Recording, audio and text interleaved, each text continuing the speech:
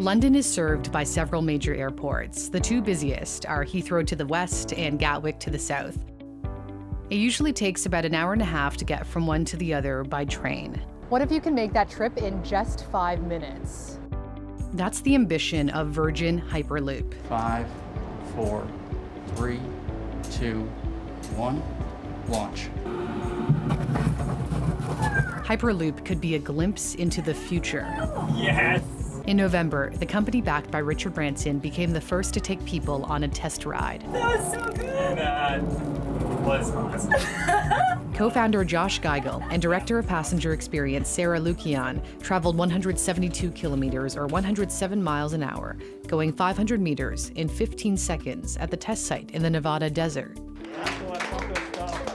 This is actually only a fraction of the speed the company claims it can go, explaining that a shorter track prevents full acceleration. Once a complete network is built, Virgin Hyperloop envisions maximum speeds of 1,200 kilometers or 760 miles an hour, faster than commercial planes. It's said to feel like a plane taking off. Once it's moving at full speed, passengers won't notice the speed at all. And unlike an aircraft, there's no turbulence. The ride will be smooth, so there's less risk of your meal spilling. If the fully autonomous system works as promised, a 1-hour flight from New York to Washington would only be 30 minutes by Hyperloop. Incredible speeds are possible because the two forces that slow down regular vehicles are removed: friction and air resistance. There's no friction since the capsule, or pod, hovers over the track on a magnetic field, so it doesn't touch the ground and makes for a very quiet commute. It's similar to the way the puck on an air hockey table floats on a cushion of air, allowing it to glide across with ease. There's very little air resistance, as nearly all of the air is vacuumed out of the sealed tube using a series of pumps. This reduces drag, the aerodynamic force that opposes an aircraft's motion. Although it's very futuristic, Hyperloop has its roots in the past. People may attribute it to Elon Musk. In 2013, he released a PDF with plans on how Hyperloop would work. However, the concept reaches as far back as the early 1900s, when American rocket scientist Robert Goddard dreamed up a train floating on magnets in a vacuum-sealed tube. This was never built. Over 100 years later, companies are racing to bring this technology around the world. The Canadian firm Transpod wants to go from Toronto to Montreal in half an hour.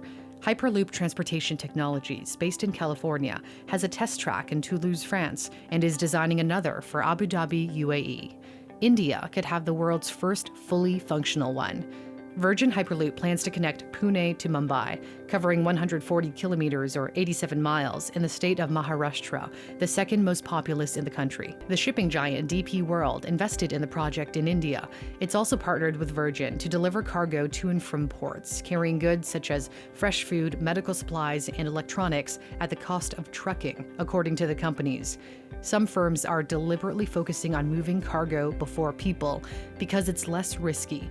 Hart Hyperloop in the Netherlands is taking this approach as it looks to build a European network. Proving the system is safe is top of mind. Virgin's executives believe their passenger tests show that it is.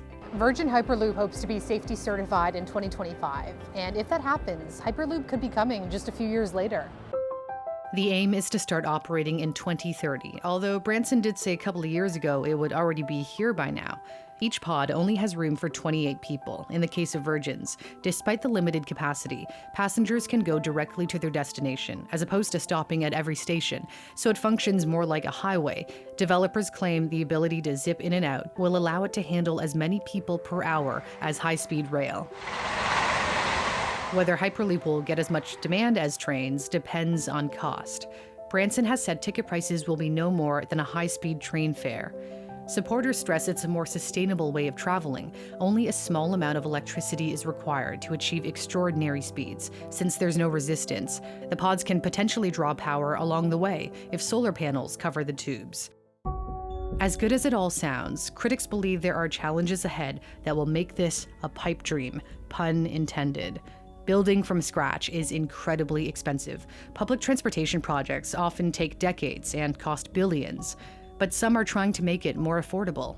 The Boring Company, founded by Musk, believes it can reduce the cost of tunneling as it builds an underground public transportation service for electric vehicles called the Loop. The focus is on moving people within a city, whereas Hyperloop is mainly for longer distances at much higher speeds. The company says these tunnels could connect to or transition to Hyperloop one day. It's been over 100 years since we've gotten a new form of mass transit. If the hurdles of Hyperloop can be overcome, then road, rail, water, and air will be joined by a fifth mode of transport.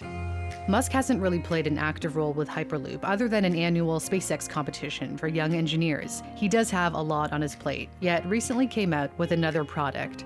When I tried to buy a bottle of Tequila, I couldn't. You can only purchase it in the US. So I found another way.